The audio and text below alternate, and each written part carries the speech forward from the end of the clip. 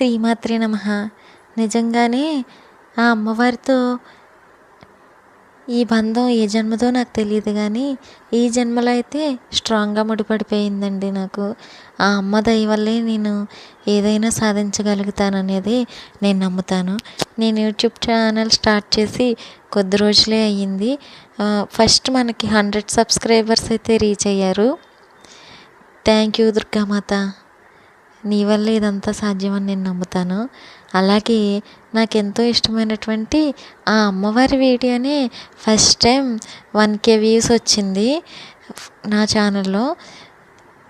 Thank you అమ్మ, నువ్వే నడిపిస్తావనే నమ్మకంతోనే నేను ఈ ప్రయాణం స్టార్ట్ చేశాను.